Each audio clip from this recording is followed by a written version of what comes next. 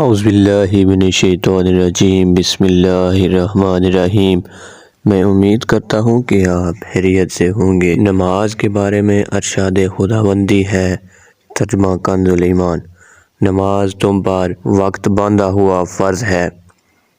ایک اور جگہ ارشاد فرمایا، صبر اور نماز سے مدد چاہو، مگر جب ہمیں کوئی تکلیف پہنچتی ہے تو ہم سب سے پہلے نماز ہی قضا کر دیتے ہیں۔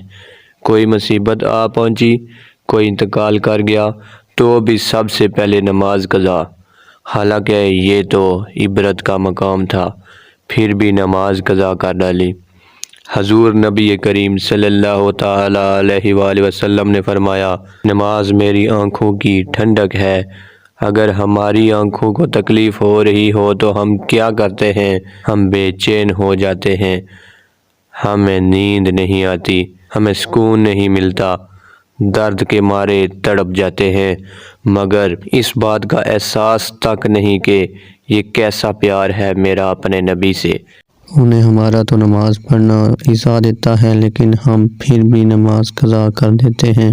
جب ہم کسی اپنے کی تکلیف برداشت نہیں کر سکتے تو اپنے آقا و مولا، اپنے رہبر و رہنما صلی اللہ تعالی علیہ وآلہ وسلم کی تکلیف کیسے برداشت کر سکتے ہیں؟ تھوڑا نہیں، پورا غور کیجئے۔